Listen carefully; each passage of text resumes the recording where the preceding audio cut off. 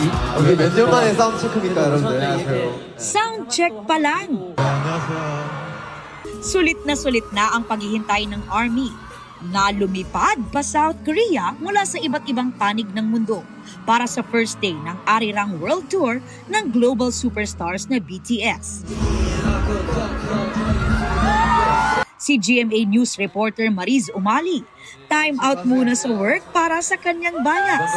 Dream come true raw ito para sa kanya.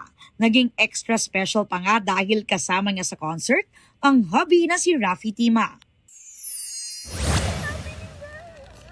Ito pala, umiyak na ako.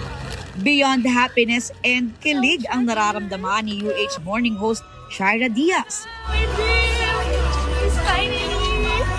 All-out support din sa fangirling niya ang mister na si EA Guzman.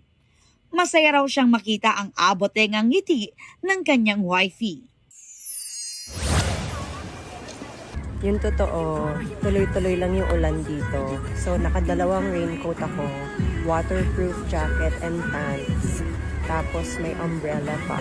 Para maging warm and comfy pa rin, in complete gear si Megan Young sa Goyang Stadium.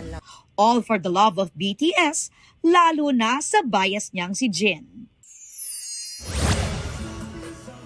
Sa mga fellow ARMY, huwag mainggit dahil may chance pang makita ang Bangtan Boys sa March 2027 kasama ang Pilipinas sa destination ng BTS Tour. Aubrey Carampel, GMA News.